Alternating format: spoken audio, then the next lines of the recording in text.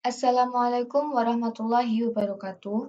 Perkenalkan nama saya Irin Amalia, nomor induk mahasiswa 12102193033,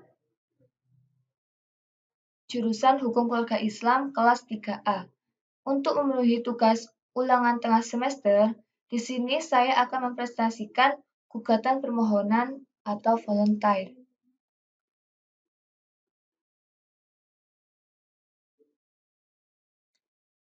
Di sini saya akan membahas yang pertama pengertian, yang kedua proses pemeriksaan permohonan atau gugatan volunteer, dan yang ketiga proses permohonan penetapan pengadilan. Yang pertama, pengertian permohonan atau gugatan volunteer. Istilah antara permohonan atau gugatan volunteer dengan gugatan di dalam hukum acara perdata berbeda. Secara yuridis, permohonan adalah permasalahan perdata yang diajukan dalam bentuk permohonan yang ditandatangani pemohon atau kuasanya yang ditujukan kepada Ketua Pengadilan Negeri. Istilah permohonan dapat juga disebut sebagai gugatan volunteer, di mana maksudnya adalah gugatan permohonan dilakukan secara sepihak tanpa ada pihak lain yang ditarik sebagai tergugat. Sedangkan gugatan merupakan suatu surat tuntutan hak dalam permasalahan perdata yang di dalamnya mengandung suatu sengketa dan merupakan landasan dasar pemeriksaan perkara yang diajukan kepada Ketua Pengadilan Negeri, di mana salah satu pihak sebagai penggugat untuk menggugat pihak lainnya sebagai tergugat. Yang pertama, landasan hukum. Landasan permohonan merujuk pada pasal 2 ayat 1 Undang-Undang Nomor 14 Tahun 1970 tentang ketentuan pokok kekuasaan kehakiman, meskipun tidak diatur lagi dalam Undang-Undang Nomor 4 Tahun 2004 tentang kekuasaan kehakiman sebagai pengganti Undang-Undang Nomor 14 Tahun 1970, ketentuan tersebut masih dianggap relevan sebagai landasan gugatan volunteer dan merupakan penegasan di samping kewenangan Badan Peradilan penyelesaian masalah atau perkara yang bersangkutan dengan yurisdiksi contentioso, yaitu perkara sengketa yang bersifat partai atau ada pihak penggugat dan tergugat. Selain juga memberi kewenangan penyelesaian masalah atau perkara volunteer, yaitu gugatan permohonan secara sepihak tanpa ada pihak lain yang ditarik sebagai tergugat. Bentuk gugatan ada dua, yaitu gugatan lisan dan gugatan tertulis. Dasar hukum mengenai gugatan diatur dalam pasal 118 HIR atau pasal 142 RBG untuk gugatan tertulis dan pasal 120 HIR atau pasal 144 RBG itu gugatan lisan. Diajukan bila mana penggugat buta huruf, maka surat gugatannya yang dapat dimasukkannya dengan lisan kepada Ketua Pengadilan Negeri yang mencatat gugatan, seperti yang diuraikan dalam pasal 120 HIR. Yang kedua, ciri-ciri pokok permohonan atau gugatan volunteer dan gugatan. Ciri-ciri pokok permohonan. Yang pertama, masalah yang diajukan bersifat kepentingan sepihak semata. Yang kedua, benar-benar murni untuk menyelesaikan kepentingan permohonan tentang sesuatu permasalahan perdata yang memerlukan kepastian hukum. Misalnya, permintaan izin dari pengadilan untuk melakukan tindakan tertentu. Yang ketiga, dengan demikian, apa yang dipermasalahkan permohon tidak bersentuhan dengan hak dan kepentingan orang lain. Yang keempat, permasalahan yang dimohon kepada pengadilan negeri pada prinsipnya tanpa sengketa dengan pihak lain. Yang kelima, tidak ada orang lain atau pihak ketiga yang ditarik sebagai lawan tetapi bersifat expert. Yang keenam, benar-benar murni dan mutlak satu pihak atau bersifat expert. Yang ketujuh, permohonan untuk kepentingan sepihak atau terlibat dalam permasalahan hukum yang diajukan dalam kasus itu hanya satu pihak. Ciri-ciri pokok gugatan. Yang pertama, permasalahan hukum yang diajukan ke pengadilan mengandung sengketa.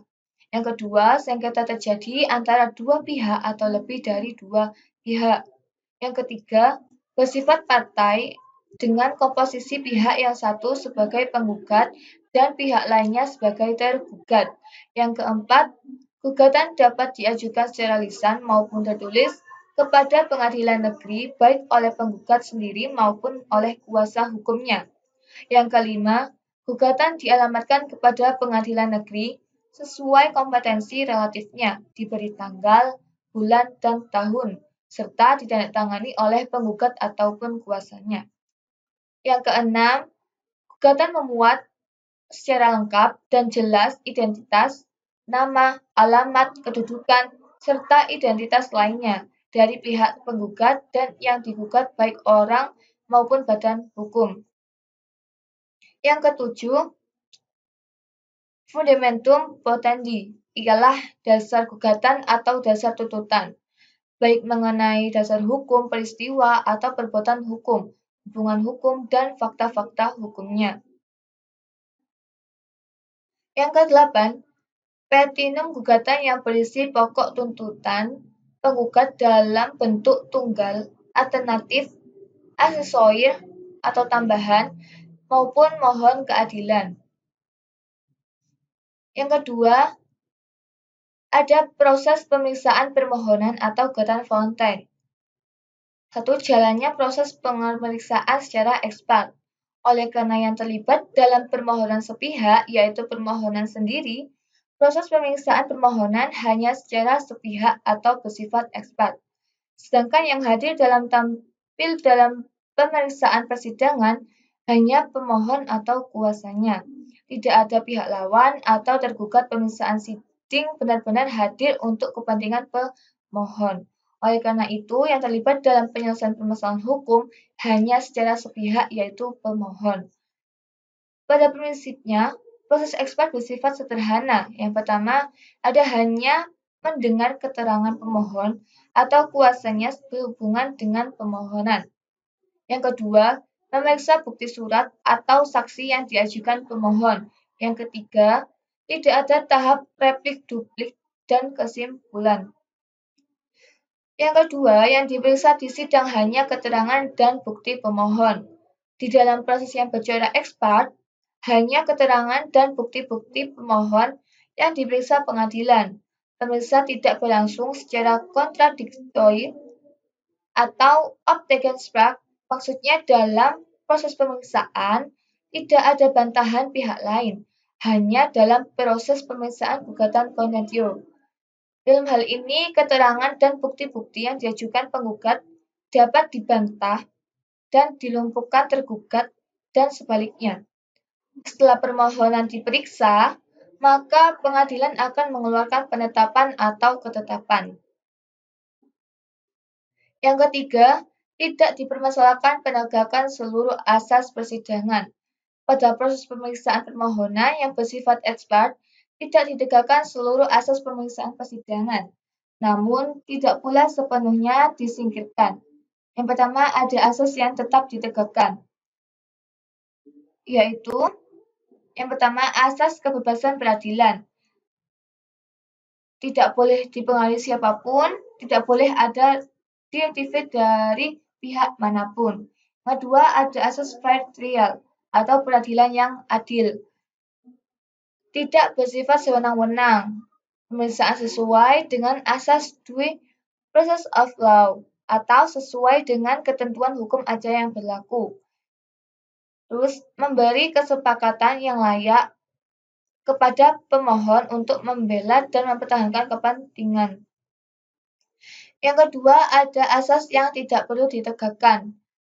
Ada asas audi alteram partem. Tidak mungkin dalam proses ekspat ditegakkan asas mendengar jawaban atau bantahan pihak lawan, karena memang tidak ada pihak tergugat.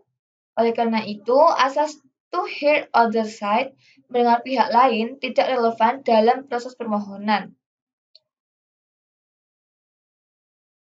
Yang kedua, ada asas memberi kesempatan yang sama.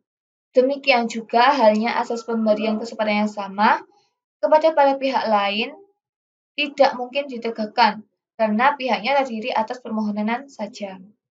Yang ketiga, ada proses permohonan penetapan pengadilan.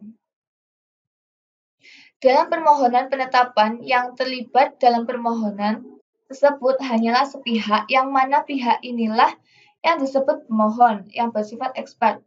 Sedangkan yang hadir dan tampil dalam pemeriksaan persidangan hanyalah permohon atau kuasanya.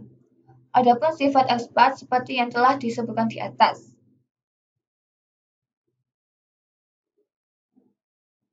Pemeriksaan permohonan penetapan pengadilan yang diajukan oleh pemohon tersebut haruslah dilandaskan bukti-bukti yang sepenuhnya beban wajib bukti dibebankan kepada pemohon untuk dijadikan pertimbangan hakim yang bersangkutan dalam memeriksa permohonan yang tersebut.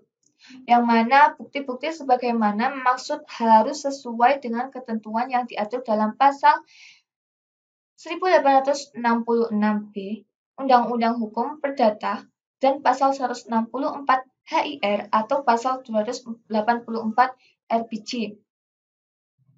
Setelah hakim memeriksa permohonan berikut, bukti-bukti yang telah diajukan oleh pemohon dan alasan-alasan pemohon dalam mengajukan permohonan telah memenuhi ketentuan dasar hukum yang berlaku, maka dengan memuat pertimbangan-pertimbangan hukum dan diktum, penyelesaian permohonan tersebut dapat dituangkan dalam bentuk penetapan, bahwa penetapan yang dikeluarkan ditetapkan oleh pengadilan merupakan produk yang diterbitkan oleh hakim dalam menyelesaikan permasalahan yang diajukan kepadanya, sehingga dengan sendirinya penetapan tersebut merupakan akta otentik sebagaimana dimaksud dalam pasal 1868 B Undang-Undang Hukum Perdata. Sekian presentasi dari saya. Apabila ada salah kata atau kurang tepat, mohon maaf yang sebesar-besarnya. Akhirul kalam, ihdinas siratal mustaqim. Wassalamualaikum warahmatullahi wabarakatuh.